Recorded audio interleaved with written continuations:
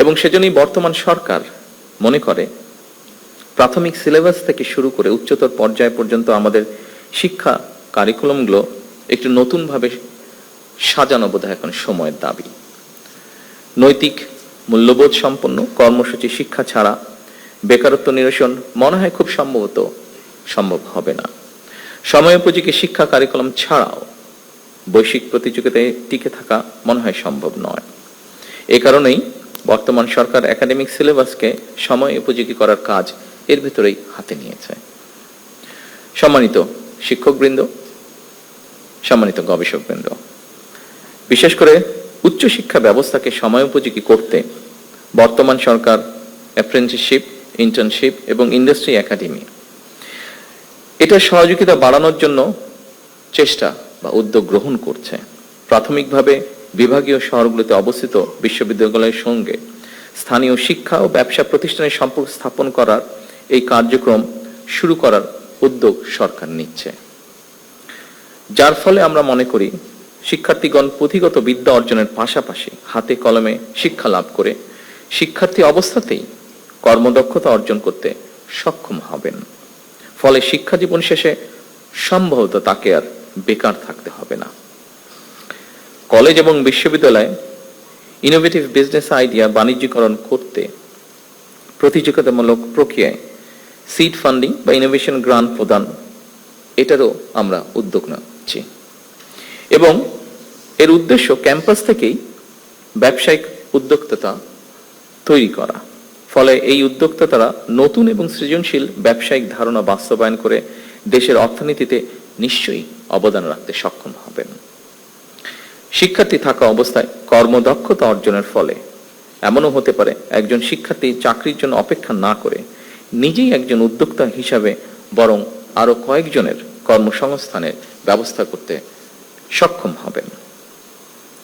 এইসব উদ্যোগ ছাড়াও সরকার উচ্চ শিক্ষা প্রতিষ্ঠানগুলোতে উদ্ভাবন এবং উদ্যোক্তা উন্নয়ন ইনস্টিটিউট, সায়েন্স পার্ক প্রতিষ্ঠার পরিকল্পনা করছে।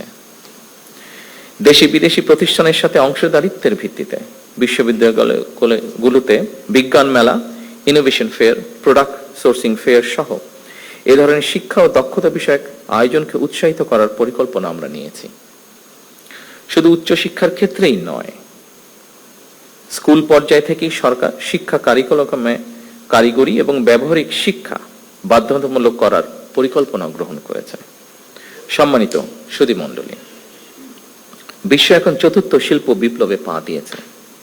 চতুর্থ শিল্প বিপ্লবের চলমান এই সময় এআই বা কৃত্রিম বুদ্ধিমত্তা, robotics, automation, genetic engineering, biotechnology, cyber security, quantum computing, big data, material science, nano technology, পঞ্চম প্রজন্মের ওয়্যারলেস প্রযুক্তি, এইসব উন্নততর প্রযুক্তি একদিকে আমাদের চিন্তার জগৎ নিয়ন্ত্রণ করছে, অপরদিকে শাসন করছে মানুষের কর্মক্ষেত্র বা কর্মসংস্থান। এর ফলে নিত্য নতুন প্রযুক্তির ব্যবহার একদিকে প্রথাগত চাকরির বাজারে বেকারত্ব হয়তো বাড়াচ্ছে, অন্যদিকেও আবার তৈরি করছে নিত্য নতুন ভিন্ন ধরনের কর্মসংস্থান। সম্মানিত সুধীমণ্ডলী, চতুর্থ শিল্প বিপ্লব বিশ্ববাসীর সামনে যে বার্তাটি স্পষ্ট করেছে খুব সম্ভবত সেটি হলো শিক্ষা কেবল স্কুল, কলেজ কিংবা বিশ্ববিদ্যালয় গণ্ডিতেই সীমাবদ্ধ নয়। বর্তমানে জ্ঞান চর্চা কেবল একটি নির্দিষ্ট বিষয়ে আবদ্ধ নয়, বরং আমরা দেখি ডাটা সায়েন্স সাথে বায়োলজি বা ইঞ্জিনিয়ারিং এর সাথে হয়তো সমাজ বিজ্ঞান এর একটা বন্ধন রয়েছে। এই সংযোগের ফলেই জ্ঞানের সীমানা প্রতিনিয়ত প্রসারিত এবং গতিশীল হচ্ছে এবং এই পরিবর্তনের গতি প্রকৃতির সঙ্গেই আমাদের নিবিড় সম্পর্ক থাকা অবশ্যই জরুরি বর্তমান অবস্থায়। সম্মানিত শিক্ষক, গবেষকবৃন্দ, সম্মানিত সকল উপস্থিতিবৃন্দ, আজকের এই কর্মশালার বিষয়ের সঙ্গে খুব সম্ভবত ব্রিটিশ লেখক টম ইয়ন, যিনি বিশেষ করে ডিজিটাল ওয়ার্ল্ডে বিজনেস স্ট্র্যাটেজিস্ট অ্যান্ড অ্যানালাইসিস হিসেবে স্বনামধন্য, তার একটি বিখ্যাত মন্তব্য খুব সম্ভবত প্রাসঙ্গিক বলে আমার কাছে মনে হয়েছে। তিনি বলেছেন, বিশ্বে বহুল ব্যবহৃত ট্যাক্সি কোম্পানি উবারের নিজের কোনো ট্যাক্সি নেই। বিশ্বে অপ্রতিদ্বন্দ্বী সোশ্যাল মিডিয়া ফেসবুক নিজে কোনো কন্টেন্ট তৈরি করে না। বিশ্বের বৃহত্তম অনলাইন বিজনেস প্ল্যাটফর্ম আলিবাবার কোনো স্টক বা মজুদ পণ্য নেই। বিশ্বের সবচেয়ে বড় আবাসন প্রোভাইডার এয়ারবিএনবির নিজেদের কোনো রিয়েল এস্টেট বা অ্যাসেটস নেই। অর্থাৎ ইনোভেটিভ আইডিয়া দিয়ে তারা যার যার ক্ষেত্রে বিশ্ব শাসন করছে। এই প্রতিষ্ঠানগুলোই মূলত একটি স্মার্ট ইন্টারফেস। তারা সেবা দিচ্ছে না, বরং যারা সেবা নিতে চায় এবং যারা সেবা দিতে চায় তাদের এক জায়গায় নিয়ে এসেছে। এটি প্রযুক্তি নির্ভর জ্ঞান। সম্মানিত সকল উপস্থিতিবৃন্দ, আমাদের সামর্থ্য সীমাহীন না হলেও সীমিত সম্পদের কার্যকর ব্যবহারের মাধ্যমে অবশ্যই আমাদের পক্ষে নতুন কিছু করা সম্ভব বলে আমি দৃঢ়ভাবে বিশ্বাস করি। আমাদেরও প্রচুর মেধাবী মানুষ রয়েছেন যারা সুযোগ বা সুবিধা পেলে বিশ্বমানের কিছু করা তাদের পক্ষে অসম্ভব নয়। মেধা পাচার রোধ করে, মেধার বিকাশ, মেধা লালন করে আমরা ভবিষ্যৎ চ্যালেঞ্জ মোকাবেলা করতে চাই একসাথে। ফ্যাসিবাদ স্বৈরাচারের বিরুদ্ধে আমাদের তারুণ্য বারবার রাজপথে নেমে এসেছে।